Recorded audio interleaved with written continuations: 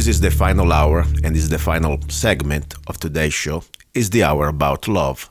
When I envisioned this show, Love, Guns, and Freedom, I envisioned something that was more than just a talk about guns, of course, and ideals of freedom. It was the idea that, after all, the main fuel was going to feed our will to be free.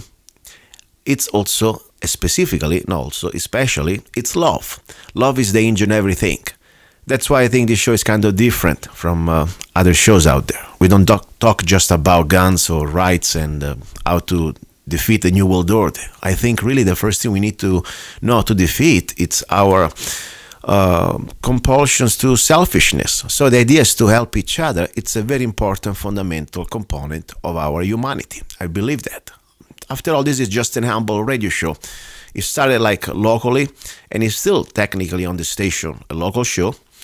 But what I really discovered the last few months, the last 2 years since I've been on the air, that through the internet, I'm reaching out so many more people from around the world, from Australia to Scotland to Germany to Italy, and of course all over the States. Now, today, we're going to go back a little local. It is still Arizona, this part of Arizona, at least the northwest part of Arizona. And it's a very interesting story that I think it's very important that maybe we can help out. But first we need to learn a little more. And why I think it's important that we, the people, we get involved. Because I do not believe really in government, as you know. Government is not the answer to our problems. And even when the government trying to help, unfortunately, is always destroying somebody else's life, because it uses coercion to steal from others to give to somebody else. What I really believe that we as human beings, we should have the quality to help each other, especially when somebody needs help. And that's as an act of love, as an act of free will. That's where I am. So first of all, I want to use this part of the show to share a story that I think for sure deserves the attention, about a woman who's living right now in the middle of nowhere, in a very harsh conditions, with nothing. And why and how did he get to that point? We'll find out now. And let me bring her on the show right now. Her name is Raven, and is broadcasting right now. Is calling from Seligman, Arizona. And probably it's pretty cold right there.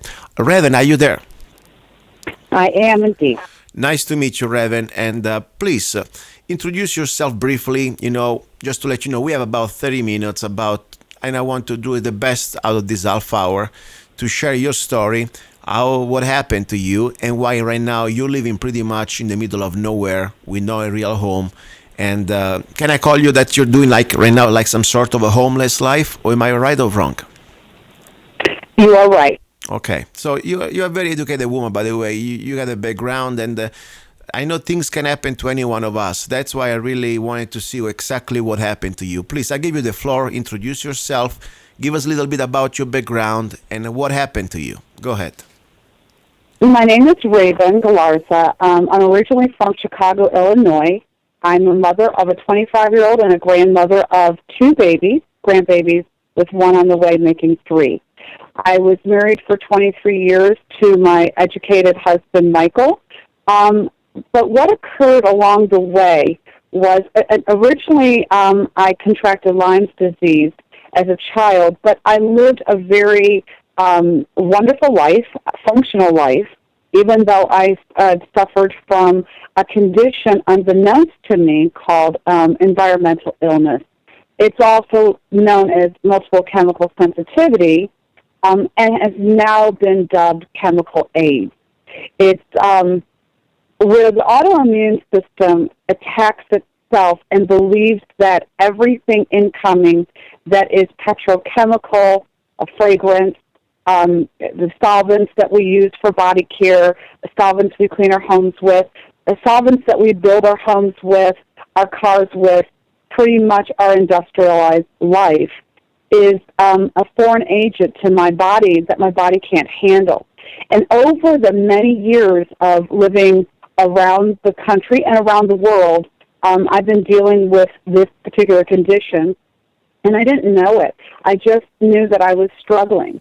And about 11 years ago, I got very, very ill with the condition because I had was living in Ohio, And I had bought a gorgeous farmhouse thinking that the country air would make me feel better. I could raise my daughter. And in this beautiful country home, we refurbished it with vinyl siding. We bought in farmland where they were crop dusting and we didn't know it. There was mold in the house and just some conditions that created an environment not only in my body but in my family's bodies that threw the immune system off, and it created this environmental illness. Wow. Now, environmental illness is actually where multiple chemical sensitivity is a reaction, not an allergy, but a full body, all organs, all systems reaction to chemicals. My body is more environmentally sensitive, so therefore I react to the sun, I react to all radiation, I react to electromagnetic frequencies, I react to the shifts in the geological plates and what's going on beneath the surface of the earth. I am environmentally sensitive. I'm a hypersensitive. Question. So, if I can stop you 1 second. First of all, I have a friend in East Arizona who has a similar problem like yours. She's sensitive to any chemicals. For example, she had to build herself a house specifically made with specific materials that she could be able to live. But it's a very rare, but unfortunately it's getting more and more common. Now, any doctor do you have a chance to go to a regular doctor and give you an official opinion about what you're talking here? Not because I believe in doctors, just for a record, just to have an idea. Well, what's very interesting about the process that I went through was early on, I really, around 19 years old, food intolerances became very prevalent in my life. I had gone through some very big changes in my life, and suddenly I had food intolerances. And so at 19, I only knew to go to Western allopathic care. And what happened was they couldn't find anything other than what they termed chronic fatigue immune deficiency syndrome. And so I was diagnosed at 19 with that. But over the years, going to a few other allopathic doctors who could not really hone in on what was going on for me. Mm-hmm. And so I then said, this isn't working. And I went to naturopathic doctors. I went to homeopathic doctors. And the only doctors that I found that could sufficiently treat me without diagnosis, without a label, was acupuncturist. So when I was living in Chicago, I just went to an acupuncturist who was able to transform my chronic fatigue syndrome into health and radiance and vibrancy. And so I was able to go to work, I was able to tolerate life, but I still found myself when I was in certain environments or certain foods, my body couldn't tolerate it. It wasn't until 10 years ago that I finally was diagnosed with, yes, this is chronic fatigue syndrome, but that exists because you have environmental illness. Okay. Now, of course, what I understand in this case, you could not continue to work, and you could not continue even to live in a regular home environment. So you also lost your job. That's how it happened, right? When did you exactly lose your job? How long ago? When I got critically ill 10 years ago, I'm living in the farmhouse. I no longer could work. I was an artist, and I made my living by repurposing furniture and doing my artwork on furnishings, on clothing, in medicine bags, and other mediums. And that's how I made my living, and I was married. So at that time, I nearly lost my life. I lost my home. I ended up being moved from Ohio back to Chicago for an acupuncturist because I was not able to eat any food for 33 days, and I wasn't able to sleep even 5 minutes for 24 days a night. Oh my gosh. My body was shutting down, and I was not able to find any kind of means other than energy treatment. And so I went to Chicago for that treatment, which actually turned my life around and saved me. But it was not able to fix the immune system to the point where I could function. Now, I could take care of my family, I could live in some clean housing. But I left Chicago and moved to California thinking better air by the ocean. And I just happened to take an apartment with my family when a national fire came through. It was the worst national fire that year that came through Ojai, California, where I was living. And I was evacuated for 6 weeks for that fire, lost everything due to Monsanto flame retardants that put the fire out. I lost everything, couldn't move back to the house, ended up living in my van with my 16-year-old daughter, my husband, and 2 dogs in order to get fresh air down in Malibu, California. Oh my gosh. That's very sad. I mean, it's very harsh. One thing I tell you, I'm just looking at right now through the page. Let's see exactly the name of the website. It's called youcaring.com, youcaring.com/Raven Galarza. And I will also post on lovegunsfreedom.com this link. And you can see, I guess this is the place where you live right now, correct? You're building a new hut, but you live right now exactly, where do you live? Under the stars, or you have some sort of a metal building for what I see here? That's right. In February, I was living in a yurt, and that seemed to be okay, but I couldn't handle any heat source. And because of that, moisture built up in the yurt and created mold. So February of 2014, I lost the yurt, and I moved outside.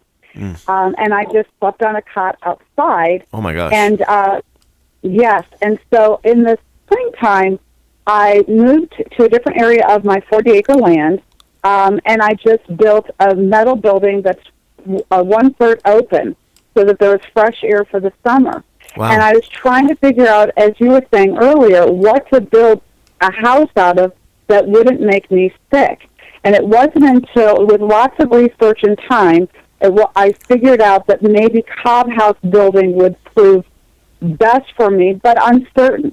And so 4 months ago, I started collecting rocks from the roadside and building the foundation to a very small cob house and started cobbing. But it's taken me 4 months alone, pretty much, to build this thing, and the winter's come and it stopped me. Yeah, I mean, so I am still living outside in the wilderness. I would like to say to the listeners that probably all this seems kind of unbelievable, at least very different. After all, you live in your home and you can go to sleep and you can eat everything you want, or it's almost surreal. But unfortunately, there are medical conditions out there. And I tell you, because I had a person that I know personally, that she's lucky enough that she was able to afford a contractor to build their home. But the point is, there are really crazy cases, call it like that. I mean, not in a way crazy as a mind crazy, but really almost hard to believe. Our body can react in a very strange way to some chemicals. They are very rare, but can happen. And the environment can be a very important thing that really we can reject. So, and it's almost a horror movie. It is a horror movie, because I tell you now, how old are you, if I can ask you this? I'm now 53 years old. So you're a woman, okay? You're a woman. You're a lady that is not like you anymore, like a teenager, and you're trying to play Indians and cowboys and sleeping outside under the stars, okay? This is a real life drama.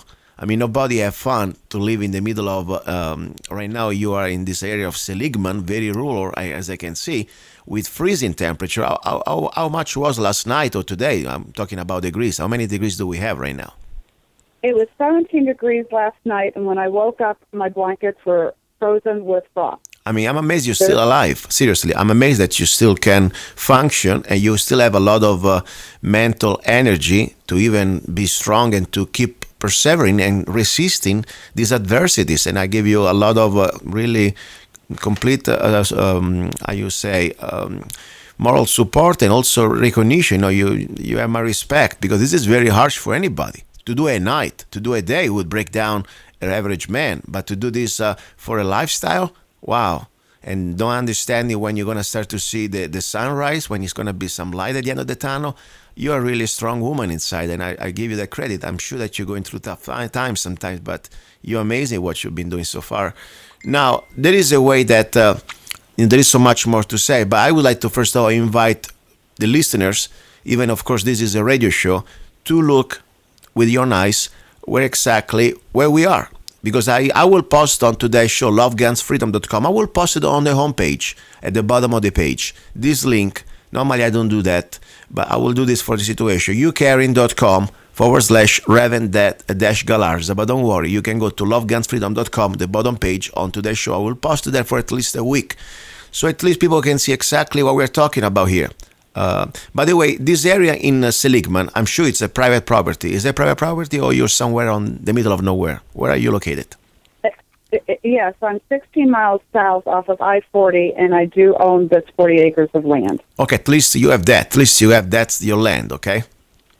Mm-hmm. That's a good start because at least, you have a place that nobody can throw you out and, till you pay the blood money taxes, property tax, but that's another story. At least you got that one, that's your place. Now, your goal is to try to achieve a place where you can build that is compatible with your disease, or at least with your immune system. And but now you stop in the middle of this winter that is hard to work, of course, when it's cold like this and freezing. And you need, of course, some help. I mean, we're talking about help. There could be donations and could be also help with maybe people wants to give you some hours of their life to even help you out to carry rocks. Would you accept that too? Absolutely. And materials that are used that I can tolerate, I would do that as well. Absolutely. Okay. All right. Now I have some questions for you because I'm sure many listeners say, wow, this is a very unique situation. You must feed yourself at least a couple times a day, especially when it's cold. Probably you consume even more calories. Can you eat? What type of food can you eat, first of all? I'm just curious. Do you have some sort of... At this point in my life, I can only tolerate organic food because any pesticides would kill me. Wow. And I eat a very minimal amount of food. I eat maybe 2 times a day. Mm-hmm. I only eat chicken and turkey, and I eat some vegetables. Not all vegetables can my body tolerate. Wow. That's the limit of what I can eat. I understand. If you're so sensitive to this, just on your skin, imagine when you put something that is processed or chemical in your body, can kill you. Now, you have no income. Am I right or wrong? I don't want to assume. I want to just try to figure it out. I have absolutely no income. When I was married, I did try to apply for Social Security. I kept being denied. Our country, although recognizing environmental illness, multiple chemical sensitivity, it's a slow process. There's only 7 million people in this country that have this disease to one varying degree or another. Mm-hmm. But the United States of America is not willing to allow disability for this particular disease. So when people with this disease go in for disability, they go in for depression, anxiety, some other illness. Yeah. I don't have those illnesses. I don't have those issues. Yeah. What I have is environmental illness. Now, my husband had stated to me that he would take care of me, but we have gotten a divorce. Yeah. And so when that happened, my income was gone. I still applied for Social Security, but now my body is too sick to go in and see the doctors that the Social Security Department asks me to do. They promise that they'll send the doctors out, but the doctors are refusing to come out. Therefore, they say I'm not willing or agreeing to meeting with the doctors, even though I'm standing outside their office waiting for them to come out. Question. I want to go more in details because this is really a real drama story. I mean, you're stuck in the middle of nowhere. I know Seligman is a very remote area, can be also nice. I mean, I like this type of areas, but I like when I have a truck, 4-wheel drive, and I can drive everywhere I want, and I got enough money for gas. But if I would be stranded without even $5 in my pocket, that would be a nightmare. Do you have a car? How do you move? How can you get around, first of all? I have a van that I've had for 11 years. It is falling apart. It's cracked in the windshield. It's got an exhaust system issue. I will tell you the truth. I have not been off my land in 2 years. Oh, my gosh. Except for one time I was able to get into town, and I got so very ill going into town, driving in this only vehicle that I've been able to somewhat tolerate, but no longer can. And I don't want to go into details because I don't want to give heads up to any, but probably you don't have the money for insurance or registration. I don't know. I mean, that's something that is very dangerous too, to go around. The money for gas, Question now, how do you eat? I mean, where do you get food? I'm sure you don't have right now close to you a grocery store. And if you do, it's also hard to find good quality organic food and maybe also too expensive. How do you feed yourself, if I can ask you? I mean, I'm trying to get this also for the listeners so at least they understand better what's going on with you. The difficulty really is that the only food that I can get is either at a very small store in Kingman. I can get a little bit of meat, or I have to go to Flagstaff or Prescott to get food from Whole Foods. I have a friend who shares the ranch with me, a childhood friend. He will go to the store to get me food because I can't leave the land and drive. However, that being said, he doesn't have an income due to Arizona Social Security issue, so his mother was helping to support us while he's fighting Social Security, and then friendships, friends that have sent money, and there are just times, days that I've gone without food. Now Tracy gets food from the food bank because he can eat anything, and so he's living off of that. But for me, there are just times where I just don't have anything to eat, or there's donations where I'm eating. And if they don't come in, I don't eat. When we go to the store, we have to make sure that it's once a month so that we have the gas. And his mother will pay the car insurance so that we can get there. Wow. Question now, you have a cell phone. That's a good start. It connects you to the rest of the world, and also I see that connects you to the internet. At least you still have this one, right? This is your cell phone. I mean, you're able to pay for the phone, I guess, right? Tracy's mother's been paying for the cell phone for the last 2 years. Wow. So that we have access to one phone. Wow. Now, this is get more and more deeper and more. I'm sorry, I don't want to use the word interesting. This is not interesting. This is disturbing. The fact that it's like almost living in some sort of a twilight zone. A woman trapped in the middle of nowhere with a very rare disease that unfortunately the system does not recognize. And out of the blue, you realize that even in America, the country that we are giving trillions of dollars to foreign aids all over the world, extorted by our tax dollar. I mean, think about how much money we are giving to Israel every year, or to Egypt, or to any other country. And we go in debt to get all these trillions. We had to ask the money from China and given to somebody else, but we still have people living in our country that cannot even figure it out how they can put some food on their table, especially when they have situations that, unfortunately, it's easy to just put everything under the rug and say, what are you talking about? You can go to work. Maybe you need to go through this type of pain or to try a type of these diseases to understand that sometimes things can happen to any one of us, and life can change to any one of us. Nobody really is born as a bum or is born as a homeless. There are people that they had a great life and they were doing part of this society, and circumstances can happen to any one of us. And I tell you, I feel sorry really for you, and I hope we must. I mean, I'm just as a regular radio host and I have my humble show, but if I can help in any way I can, even just to say, if people want to do something, maybe they can be in contact with you and can come to visit you and know more what you're doing. Maybe they can give you some hours of their life supporting you to put this house together faster. So instead of doing it in 4 months by yourself, you're going to do maybe in a couple of weeks. Or maybe there is another way that maybe they can give you. Always believe the idea that it's better to give the opportunity to the people to learn how to fish than instead giving them fish. So maybe there is a way that maybe we can, just try to launch ideas out there. If people any type of idea that can give you some input, how to maybe have an income, maybe homesteading, or anything that you could do as a work, even with your cell phone or with your computer, if you have access to a computer, and help out. Because you have a background. By the way, what is your professional background beside by the artist part, the decoration? Did you study at school when you were young? Any specific skill, any special degree, anything you have? Well, when I was younger, I became a secretary. Okay. And that's how I worked. But and I worked in title companies and real estate and that sort of thing. But I became an artist, and that's what I did. And I raised my daughter. And then I got sick. I got sick when she was 12 years old with this disease that became full blown. So I haven't been able to truly manifest everything that I am capable of. But I'm a great artist, but I can't do my artwork. It's solvent, and I'm a writer. But I did want to say one thing to you, Luca. Based on what you did say. When the fire came in California, we did go to organizations for help, like the American Red Cross and those sorts of things, and there was no help for the American citizens. We got no help during an evacuation for a fire. We got no funding to get back into a home or anything. It was really on us. Mm-hmm. And in fact, we were, because of living in Malibu and camping in Malibu, we actually talked to Governor Schwarzenegger when he was governor.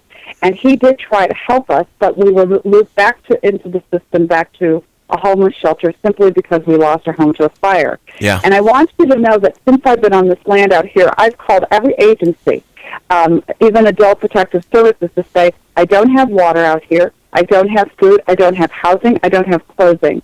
I need to take a shower, and I need help. I have non-Hodgkin's lymphoma, and I have environmental illness. Will you help me? And twice I've called them, and they have come out twice and told me there's nothing that they're willing or capable of doing to help me with my disease. I'm on my own. Wow. It's going to family. You need to look to family. But so many people that have this disease are rejected by family because family doesn't know what to do, or in my circumstance, I just don't have family. And so I have a daughter, and that's it, and she can't help me. So when you don't have family and you are isolated due to your disease so that you cannot have a circle or a network of friends unless it's on the internet, then you're squeezed out of being able to get the help that you need. And the world itself is not willing to give up chemicals in order to love you, in order to be with you. People don't want to let go of what they shampoo their hair in or what they clean their house with. They don't want to make the changes of their own comfort. And so what happens with people like me, which have a 65% suicide rate, yeah, we end up killing ourselves when we get to the point in which I'm living outside, because you can't live isolated without a hug, without love, without somebody to talk to, without food, without clean water, without clothing. I want to say something. No, let me tell you what. I'm amazed. People need to understand, visualize the situation. Nobody's so massive. Sometimes people like to think always the worst, or maybe the funny side, or what do you want to call it. This is not fun. This is not somebody trying to be eccentric. To live in the middle of nowhere in freezing condition with no running water, with no any type, even a roof over your head. This is something that only if a person is really desperate, and only if you have some sort of a disease that really force you to be there. Seriously. And I'm amazed that you are still here talking to me and talking to us. And also you have a very good, strong energy in your voice. I can tell you, I don't know if I could be so strong after sleeping like that, or not sleeping at all, freezing condition, and probably eating poorly or not enough, and I'm telling you, I'm impressed with you. You are an example of the instinct of survival. All I can say, I would like to do something as I can, and as I said, this show, it's about love, and if we don't have love and compassion for our fellow human, all the rest doesn't matter. The guns don't matter. Freedom don't matter. Freedom from what? If we're insensitive to see a woman that is almost dying in the middle of the wilderness with nobody's caring, we know for sure the government doesn't care. That's a fact. It's easy to slip through the cracks. That's part of the government. That's what they're good at. So it's our job to do something. I wanted to dedicate you as much time as I could today, and if I can, I would like to bring you back, maybe with some updates. And you're not that far from me. I don't go very often there, but I will make a point to at least come to see you in person. Maybe I can put a couple hours on my time to move rocks if I can. Meanwhile, I would like to say to my listeners, please, we spend and waste so much money on useless things. We can go to Starbucks, if you go wherever you go, and you can blast $5 for nothing. Nothing. To get sick. Do something. I'm not going to tell you what to do, but I'll go to lovegunsfreedom.com homepage.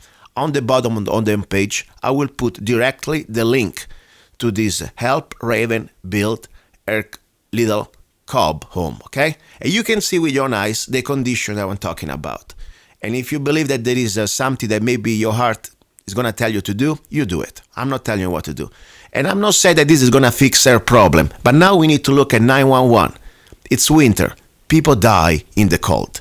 You need to have a little roof, at least that. And then we go day by day, and then we'll hope there's going to be better days, and maybe she can find other solutions. But now I say, as a fellow American, as a fellow human being, that is living in one of the richest, or what used to be one of the wealthiest countries in the world, we are wasting money for everything around the world. We can maybe give a little bit of our own, since the government unfortunately doesn't do it.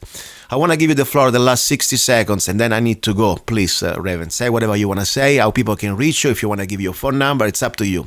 Go ahead. My phone number is 928-910-9473. And I could use loving care and compassion, great thoughts. I could use people to come out here and help me. And be careful about what you're wearing to do so. And I could use donations. I can use a couple of benefactors. I can use some guidance. But most of all, what I really need is people to have compassion and understanding. And when people come up with ideas and I say, I can't do it, it's not because I'm not willing. It's because my body can't do it. And I also want to say that when you're in the condition of having cancer and having environmental illness, it's really about recovery. Right now I'm trying to get a home. I'm trying to put food on the table. I'm trying to figure out a way to survive. But I also need to heal and recover. What keeps me alive is my grandchildren, my daughter, and my great, great friends that I stay in touch with over the phone. But outside of that, I really could use understanding and compassion, and so can the 7 other million citizens of America have the same compassion as well. Thank you so much, Luca. Thank you. And guys, please go to lovegunsfreedom.com. Go to the link, as I said, check it out, use your brain, use your heart, and I really appreciate it. Now, for today, it's over. Another Sunday, another show. Kind of overwhelming. I'm supposed to be a little more detached when I do the show, but I get involved in everything I say. This is not a show for entertainment. This is a show about sharing life, sharing the problems that we are facing as humanity, and at the same time trying to fix them as we can, or at least attempting. And sometimes become very personal in everything. It's not just about this story, about every topic I talk. I really mean it for me. It's part of my life. So anyway, I want to say thank you very much for listening, and God's willing, I will talk to you next Sunday. I want to remind you again, this show, it is not like the government that extort the money out of your pocket with a gun in your face. We don't do that. This is a show also about your help. If you want to keep this show going on the air, please go to zanna.us, zanna.us. You know what I do for a living, at least one of the things I do. I write songs. You can download any of my songs for just 99 cents. I appreciate your help. God's willing, I'll talk to you next Sunday. Thank you.